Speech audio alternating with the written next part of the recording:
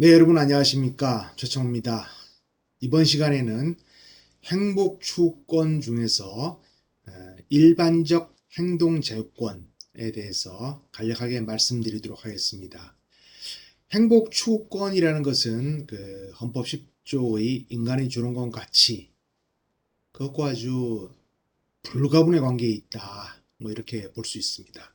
우리나라 헌법재판소는 행복 추구권의 일반적 행동 자유권, 개성의 자유로운 발현권, 자기결정권, 계약의 자유 등이 포함된다라는 그런 입장을 가지고 있습니다. 그래서 일반적 행동 자유권이란 무엇이냐 하면 모든 국민이 행복을 추구하기 위해서 자유롭게 행동을 할 수 있는 자유권이다. 이렇게 보고 있습니다. 그래서 일반적 행동 자유권에는 적극적으로 자유롭게 행동을 하는 권리는 당연히 포함되겠죠. 그리고 그뿐만 아니라 소극적으로 행동을 하지 않을 부작위의 자유도 포함된다. 이렇게 보시면 되겠습니다. 그래서 일반적 행동 자유권이라는 것은 개인이 행동을 할 것인가 안 할 것인가 그 여부에 대해서 자유로운 결단을 전제로 하고 이성적이고 책임감 있는 사람이라면 자기에 관한 사항은 스스로 처리할 수 있다는 그런 생각을 기초로 해서 이해를 하시면 좋겠다. 이렇게 생각합니다. 일반적으로 인간은 그 자신의 운명이나 인생을 스스로 결정하고 그에 따라 행동할 수 있어야 그렇죠. 스스로 결정하고 그에 따라서 행동을 할 수 있어야 인격적 가치의 존중과 고유한 개성의 발현이 가능하다는 점에서 일반적 행동 자유권은 자기 결정권과 아주 밀접한 관계에 있다. 그래서 일반적 행동 자유권은 행동의 측면을, 자기 결정권은 결정의 측면을 좀 강조하는 데 방점이 있다. 이렇게 이해하시면 되겠습니다. 그래서 일반적 행동 자유권은 헌법 제10조의 행복 추구권으로부터 도출된다. 그렇죠? 뭐 이런 것이 일반적인 생각인 것 같습니다. 한편 우리나라 헌재는 그 공정거래위원회의 명령으로 공정거래법 위반 혐의자에 대해서 법 위반 사실 공표 명령을 하는 것, 그것은 일반적 행동의 자유를 침해한다. 이렇게 보고 있습니다. 한편 또 우리나라 헌재는 그 법률 행위에 있어서의 계약의 자유는 일반적 행동 자유권으로부터 파생된다. 뭐 이런 입장을 표명하고 있기는 합니다. 그런데 그 민법을 공부해 보면 민법의 그 3대 원칙이라고 하는 것은 소유권 절대, 소유권 존중의 원칙, 그다음에 계약의 자유, 과실 책임의 원칙, 뭐 이렇게 세 가지 원칙을 주로 말하곤 하는데 옛날에 로마 시대 그 로마인들은 칼로서 뺏은 것을 법률로서 지킨다. 뭐 이런 말이 있습니다. 그래서 그 로마인들이 대규모 정복 사업을 통해서 가지게 된 재화 등을 법률을 통해서 지키고자 했던 그런 생각을 보면 그래서 소유권 절대의 원칙 변경돼서 이제 소유권 존중의 원칙이라고 하는데 소유권을 존중한다.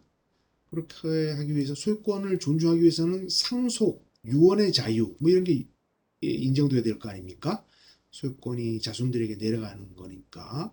그러면 소유권 존중 사고에서 유언의 자유가 인정되려면 계약의 자유, 계약을 할지 말지, 어떤 내용으로 할지, 상대방은 누구로 할지 이런 것에 대해서 계약 자유 원칙이 있는 것이고 그 이후로는 과실책임 원칙에 따라서 그래서 민법의 3대 원칙은 소유권 존중, 계약 자유, 과실책임의 원칙 이렇게 주로 말하고 있는데 민법이라는 것이 뭐 훨씬 오래된 역사가 오래된 거니까 헌법재판소 입장에서는 이 계약의 자유, 민법상 설명되어지는 이 계약의 자유라는 것을 어디에서 도출할 것이냐 헌법상 고민하다가 일반적 행동 자유권, 그죠? 그로부터 파생된다 이렇게 보고 있습니다. 그래서 일반적 행동 자유권이라는 것이 최근에 많이 논의된 것이지 수십 년 전만 하더라도 일반적 행동 자유권이라는 것이 그렇게 논의가 많이 안 됐던 겁니다. 그래서 결혼식에 가면 하객들에게 주류와 음식물을 제공하는 것을 금지하는 뭐 그런 게 있었죠. 가정일에 준칙 뭐 그런 게 있었죠. 그런 것이 뭐 위헌이다. 이제 민법에 대해서 헌재가 위헌을 선고한 것이 뭐 네다섯 개밖에 안 되는데 그 중에 하나가 임대차 존속 기간을 20년으로 제한하는 민법 651조 제1항은 계약의 자유를 침해한다. 라고 한 그렇게 결정한 예가 있습니다. 그 다음에 자동차를 절취한 사람에 대해서 그 모든 경우에 필요적으로 그 절도범의 운전면허를 취소하도록 한 것, 그것도 일반적 행동의 자유를 침해한다. 이렇게 보고 있습니다. 그리고 뭐 안전띠를 착용한다거나 헬멧을 쓴다거나 하는 것은 자동차나 오토바이를 타는 사람이 나는 행동의 자유가 있기 때문에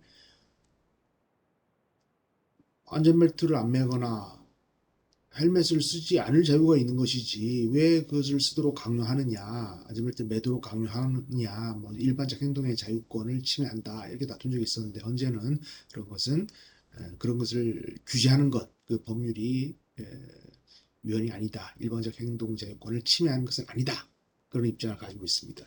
한편 오토바이 타는 사람 입장에서 보면은 고속도로, 자동차 전용 도로에 왜 이륜차를 못 다니게 하느냐, 뭐 이런 주장을 할 수 있겠죠. 하지만 다른 이유에 의해서 이륜 자동차가 고속도로에 들어왔을 때 발생하는 사고 등을 이제 비교형량하면 금지하는 것이 타당하다 이런 입장이니까 이륜 자동차의 자동차 전용 도로의 진입을 막는 것은 위헌이 아니다. 뭐 이런 입장을 가지고 있습니다.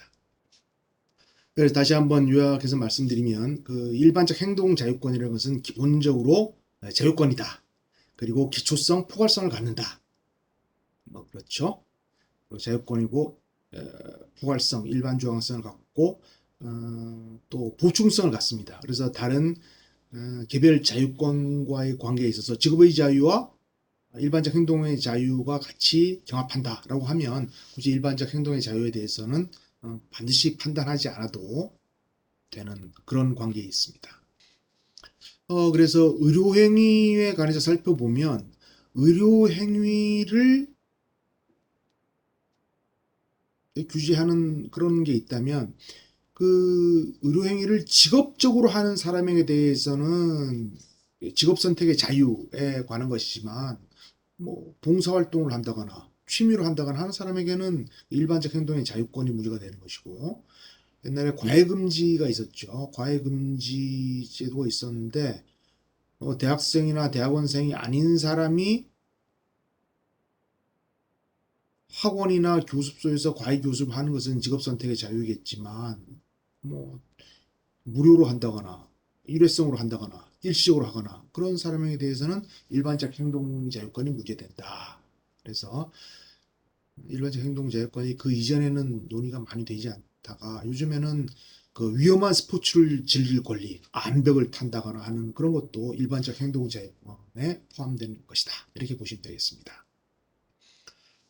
또 일반적 행동의 자유권과 관련해서 알아두셔야 될 것은 2009년도 상반기에 미국산 쇠고기 수입 위생 조건으로 인해서 굉장히 데모가 많았을 때 광문광장에 그 경찰차를 쭉 이어서 명박산성을 쌓았다 이런 말이 있는데 이렇게 경찰차를 쭉 쌓아서 차벽을 치고 개별적으로 통행하거나 또는 서울광장에서 여가활동이나 문화활동을 하는 것을 방해하는 뭐 그런 일이 있었죠. 이에 대해서 현재는 그 모든 시민의 통행을 전면적으로 금지하는 것, 제지하는 것 이런 것은 최소 침해성 원칙에 반한다.